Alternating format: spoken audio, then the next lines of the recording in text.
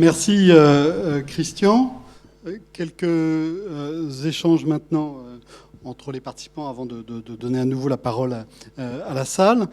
D'abord, question adressée plutôt aux économistes sur donc cette voie du prix unique du carbone. On voit que c'est difficile de le faire tout de suite maintenant pour toute une série de raisons. Qu'est-ce qu'on peut avoir comme, plus précisément au-delà de ce que vous avez dit l'un et l'autre, qu'est-ce qu'on peut avoir comme étape intermédiaire ?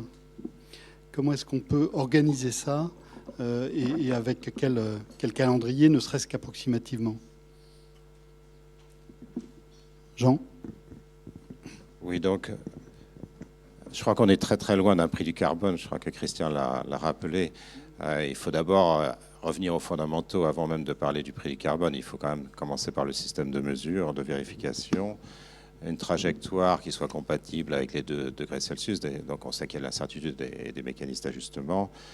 Et puis mettre en place une gouvernance, c'est-à-dire une façon de gérer ça. Donc on pense évidemment au cap and trade, ça c'est une possibilité.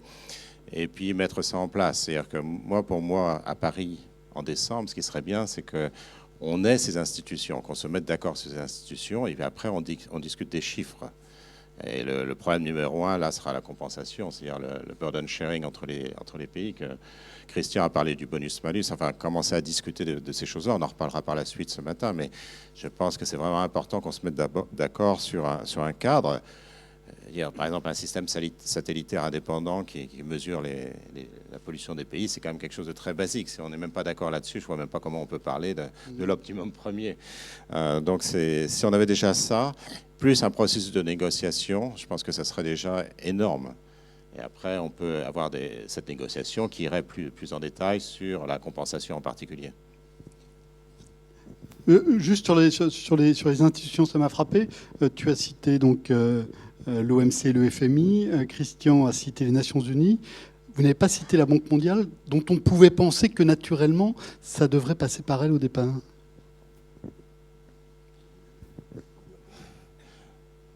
Non, mais je pense, le FMI, je l'ai cité simplement parce que je pense qu'il y a une dette climatique, ceux qui respectent. Il faut qu'elle soit impliquée quelque part. Il faut bien qu'elle soit intégrée quelque part. Bon, l'OMC, c'est évident parce que c'est eux qui ont les manettes pour punir les États éventuellement. Pourquoi pas la Banque mondiale après pour un certain nombre de projets, justement. Il va falloir résoudre, de toute façon, le problème des pays, effectivement, des îles, de l'Afrique, etc., qui sont un problème à part, qui, à mon avis, ne sont pas très coûteux à résoudre et qu'on peut résoudre à part. Et là, la Banque mondiale a évidemment un rôle. Christian, sur cette question des étapes. Alors, sur la question des étapes, moi, je vois 2 choses. La première, c'est je crois que il faut qu'il y ait quand même un signal très fort qui soit donné en décembre sur la crédibilité des engagements qui ont été pris à tort ou à raison des transferts de 100 milliards. Et ma petite expérience des rencontres internationales, c'est que cette question des 100 milliards empoisonne toutes les réunions internationales depuis 5 ans. Et que cette question politique et financière, je pense, doit être résolue. Et s'il n'y a pas un minimum de crédibilité sur cette promesse, je pense que tout le reste risque de partir à vol de l'eau. Donc ça me paraît très important. Le système du bonus-malus, tel que nous l'imaginons, est un système qui a ceci de très crédibilisant pour les pays en voie de développement, c'est qu'il crée bien une recette supplémentaire.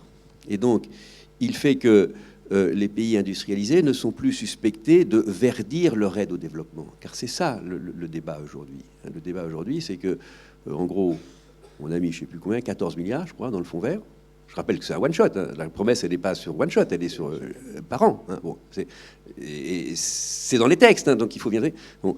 Et en plus, dès qu'on creuse, il y a toujours une suspicion que dans les 14, en réalité, il y en a 10 qui existaient déjà, qu'on a verdi, si vous voulez. Bon. Et ça sera toujours comme ça si on ne crée pas... Donc moi, je pense qu'il y a une espèce de choc qui doit être fait sur cette question de financement international. Et je crois qu'il y a d'autres chercheurs qui ont réfléchi sur d'autres possibilités. On peut en discuter, mais je crois que s'il n'y a pas ça, il ne se passera rien en décembre. Ensuite, la voie qui doit être... bon, je ne vais pas répéter ce qu'a dit Jean, hein, je suis complètement d'accord avec ce que tu as dit. Je pense que moi, je ne mets pas du tout sur le même plan le FMI, l'OMC et la Banque mondiale. La Banque mondiale, c'est une banque internationale de développement. Elle a un rôle très important à jouer dans la mutation bas carbone de ces projets, pour faire rapide. Bon, mais le FMI, c'est la reconnaissance de la dette carbone. Moi, je pense que c'est fondamental. Et il n'y a qu'un seul... C'est quoi une reconnaissance de dette ? Une reconnaissance de dette, c'est tout simplement que vous avez un créancier qui vous embête tous les jours. Bon, il n'y a que le FMI qui peut faire ça. Hein. Il faut que le FMI, effectivement, aille réclamer la dette de ceux qui ne jouent pas le jeu. Bon. Et puis, l'OMC, je suis un petit peu... Enfin, je pense qu'il faut y aller prudemment. Il faut y aller prudemment, parce que après, il y a un principe de réalité. On ne va pas faire rentrer l'Inde et la Chine dans un accord climatique international si on les menace par ailleurs de mettre des droits de douane supplémentaires à nos frontières. Je veux dire, donc, je pense que faut y aller prudemment. Mais en dernier ressort, je pense qu'il n'y a pas que la carotte qui joue. Il faut aussi qu'il y ait une menace du bâton. Donc je pense que c'est cette main. Et bon, voilà. Et dernier point, si je n'aurais pas parlé trop longtemps, je pense vraiment que aujourd'hui, si on reprend la question du marché européen, moi, je suis moins optimiste que Gérard sur l'efficacité de cette réserve de stabilité. Je l'ai dit aux responsables de la Commission, je l'ai dit à l'Assemblée industrielle, dont toi, du reste. Bon, parce que je pense que... Enfin, on ne va pas rentrer dans les détails. On a un vrai problème de gouvernance de ce marché en Europe. Et je pense que la meilleure façon de régler ce problème de gouvernance, c'est de s'ouvrir dans une gouvernance plus large, dans lequel le vrai enjeu, c'est quoi? C'est pas uniquement notre prix du carbone en Europe, c'est quand est-ce qu'on peut raccorder notre marché du carbone avec le prochain marché chinois, qui, on le sait, sera beaucoup plus important que le nôtre. On sait que nos amis chinois n'ont pas les mêmes difficultés d'implémentation que nous.